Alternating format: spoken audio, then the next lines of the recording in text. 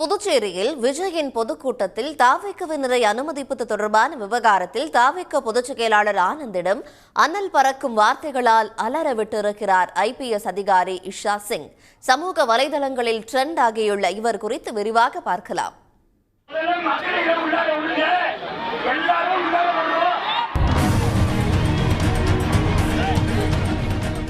புதுச்சேரியில் தாவேக்க பொதுக்கூட்டத்துக்கு அனுமதி வழங்குவது முதல் விதிமுறைகள் வரை பல நாட்களாக பரபரப்பாக பேசப்பட்டாலும் இன்றைய கூட்டம் பெரிய அளவில் பேசப்பட வாய்ப்பு இல்லை என்று கூறப்படுகிறது.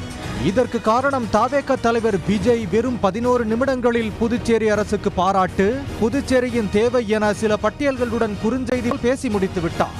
ஆனால் புதுச்சேரி தாவேக்க கூட்டத்தில் விஜயை விட அதிகம் அனல் பறக்க பேசியது என்றால் அது இஷா சிங் ஐபிஎஸ் என்றுதான் சொல்ல வேண்டும். கரூரில் நடைபெற்ற தாவேக்க கூட்டத்தில் ஏற்பட்ட நெரிசலில் சிக்கி 41 பேர் பலியான நிலையில் அதுபோன்ற அசம்பாவிதம் நடைபெறாத வகையில் கூட்டத்தை கட்டுப்படுத்தும் பணியை மிகவும் கச்சிதமாக செய்திருக்கிறார் ஐபிஎஸ் அதிகாரி இஷா சிங். தாவேக்க கூட்டத்துக்கு கடுமையான கட்டுப்பாடுகள் விதிக்கப்பட்டிருந்த நிலையில் பாஸ் வைத்திருக்கும் தாவேக்கவினர் மட்டுமே காவல்துறையினர் அனுமதித்தனர். பாஸ் இல்லாத தாவேக்க தொண்டர்கள் சிலரை புசி ஆனந்த் அனுமதிக்க முயன்றார். அப்போது பாதுகாப்பு பணியில் இருந்த இஷா சிங் ஆனந்திடம் கடுமையாக எதிர்வினையாற்றி பாஸ் இல்லாதவர்களை உள்ளே விடாமல் தடுத்தார்.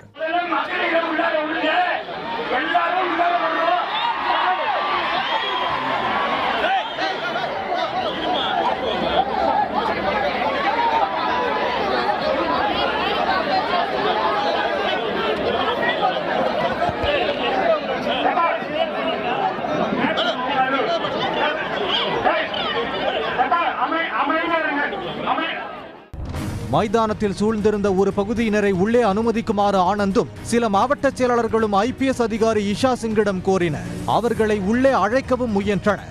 உடனே அதை தடுத்த இஷா சிங், நான் என்ன செய்ய வேண்டும் என நீங்கள் சொல்லாதீர்கள், கரூரில் உங்களால் பலர் இறந்திருக்கிறார்கள் என கடுமையாக கூறி தொண்டர்களை உள்ளே விடாமல் தடுத்தார்.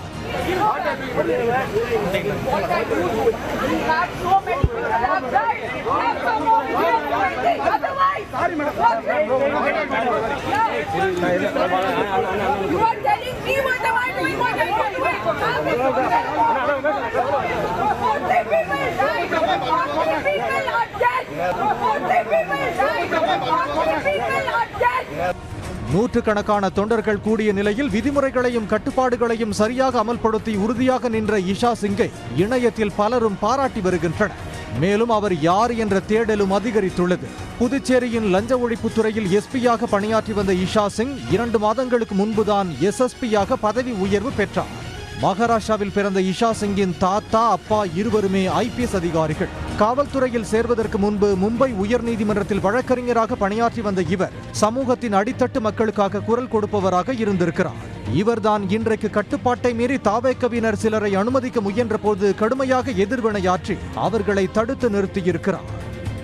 உடனுக்குடன் செய்திகளை தெரிந்து கொள்ள சன் நியூஸ் பெல் ஐகானை கிளிக் பண்ணுங்க.